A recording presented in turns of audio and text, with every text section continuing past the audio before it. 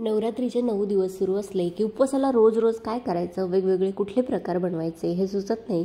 तर आज मी तुमच्यासोबत एक मस्त असा खमंग आणि कुरकुरीत साबुदाण्याचा झटपट होणारा नवीन असा प्रकार, नवीन फराळाचा प्रकार शेअर करणार आहे.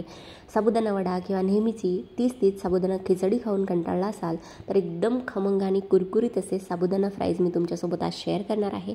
लहानांपासून मोठ्यांपर्यंत सगळ्यांनाच आवडतील असे हे खमंग आणि कुरकुरीत साबुदाणा फ्राईज तयार होतात. झटपट रेसिपी आहे, कमी वेळात घरच्या साहित्यातच तयार होते. चला व्हिडिओला सुरुवात करूया. व्हिडिओ जर मनापासून आवडला तर मनापासून एक लाईक करायला अजिबात विसरू नका. तर हे साबुदाणा फ्राईज बनवण्यासाठी मी एक डबा घेतलेला आहे, त्यामध्ये 1 कप साबुदाणा घालत आहे. तर दुसऱ्या दिवशी म्हणजे जर तुम्हाला उद्या सकाळी साबुदाणा फ्राईज खायचे असतील तर आदल्या दिवशी रात्री तुम्हाला साबुदाणा अशा पद्धतीने भिजवून घ्यायचा आहे. जसं आपण साबुदाणा खिचडीसाठी साबुदाणा भिजवून घेतो त्याच पद्धतीने सगळ्यात अगोदर साबुदाणा स्वच्छ पाण्याने 1 ते 2 वेळेस धुवून घ्यायचा आहे. खूप जास्त चोळून धुवायचा नाही. त्यानंतर साबुदाणा बुडेल इतपत त्याच्यामध्ये पाणी घालायचं आहे. पाण्याचं प्रमाण खूप जास्त महत्त्वाचं आहे. पाणी खूप जास्त घालायचं नाही. बघू शकता व्हिडिओमध्ये दाखवल्याप्रमाणे अगदी बोट बुडेल इतकंच पाणी साबुदाण्याच्या वरती मी घातलेलं आहे. खूप जास्त पाणी जर घातलं तर ह्या ज्या स्टिक्स किंवा फ्राईज आहे तेलकट होण्याची शक्यता असते. रात्रभर असं झाकून ठेवूया. दुसऱ्या दिवशी सकाळी बघू शकता आपला जो साबुदाणा आहे मस्तपैकी छान इथे फुललेला आहे. आणि हो, हे साबुदाणा फ्राईज बनवण्यासाठी तुम्ही छोट्या आकाराचा साबुदाणा किंवा हा जो मी दाखवला आहे तो सुद्धा वापरू शकता. तर अशा पद्धतीने मस्त एकदम बोटचेपा होईपर्यंत आपला साबुदाणा छानपैकी इथे बोटावरती मॅश होतोय, म्हणजे आपला साबुदाणा छान इथे भिजलेला आहे.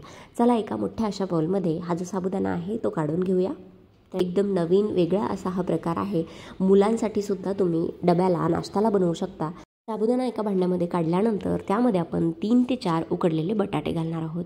तर बटाट्याचं प्रमाण हे साबुदाण्यापेक्षा जास्त नसावं, थोडेसे कमी प्रमाणात तुम्हाला बटाटे घालायचे आहे. तर मी 3 मध्यम आकाराचे बटाटे, 3 ते 4 हिरव्या मिरच्या आणि अर्धी वाटी शेंगदाण्याचा कूट, त्यानंतर चवीनुसार मीठ आणि अर्धा टीस्पून इथे लाल तिखट घातलेलं आहे. लाल तिखट थोडंसं कमी प्रमाणात घालायचं कारण हिरवी मिरचीसुद्धा आपण सोबत घातलेली आहे.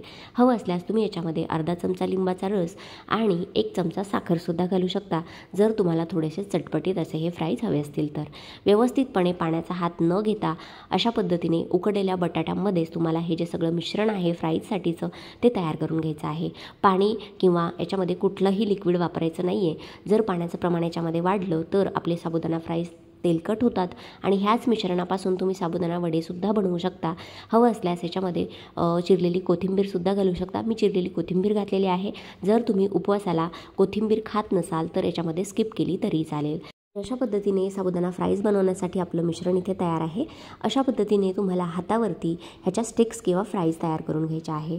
मिश्रणामध्ये जर पाण्याचं प्रमाण खूप जास्त झालं असेल तर याच्यामध्ये अजून 2 ते 3 चमचे दाण्याचा कूट किंवा शेंगदाण्याचा कूट घालून तुम्ही घट्टसर असं मिश्रण तयार करून अशा पद्धतीच्या स्टिक्स तयार करून घेऊ शकता. बघू शकता अशा पद्धतीने मी 5 ते 7 स्टिक्स किंवा फ्राईज तयार करून घेतलेल्या आहेत.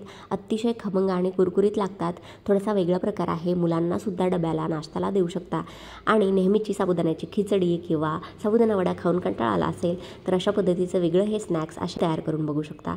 स्टिक्स आपल्या तयार आहे. गरमागरम तेलामध्ये आपण याला 5 ते 6 मिनिटांपर्यंत छान खमंग आणि कुरकुरीत होईपर्यंत तळून घेणार आहोत.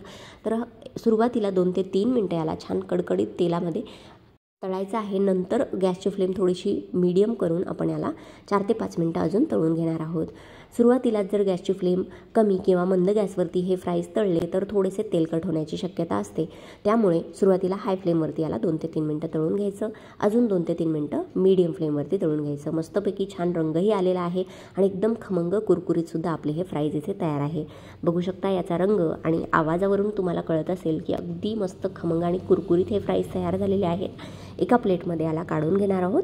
वेगळा असा हा उपवासासाठीचा पदार्थ साबुदाणा फ्राईज किंवा साबुदाणा स्टिक्स नक्की तयार करून बघा. एकदम छान खमंग आणि कुरकुरीत होतात. यासोबत तुम्ही दही किंवा मग शेंगदाणा आमटी, शेंगदाण्याची चटणी तयार करून खाऊ शकता.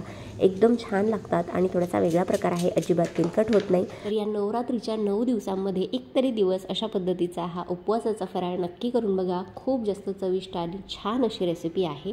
व्हिडिओ जर मनापासून आवडला असेल तर व्हिडिओला लाईक करा, शेअर करा. असेच नवनवीन व्हिडिओज आपल्या चॅनलवरती बघण्यासाठी चविष्ट महाराष्ट्र आपल्या मराठी यूट्यूब चॅनलला सबस्क्राईब करायला विसरू नका. चला भेटूया अशाच एखाद्या नवीन व्हिडिओमध्ये. तोपर्यंत धन्यवाद. Thanks for watching. Take care. Bye bye.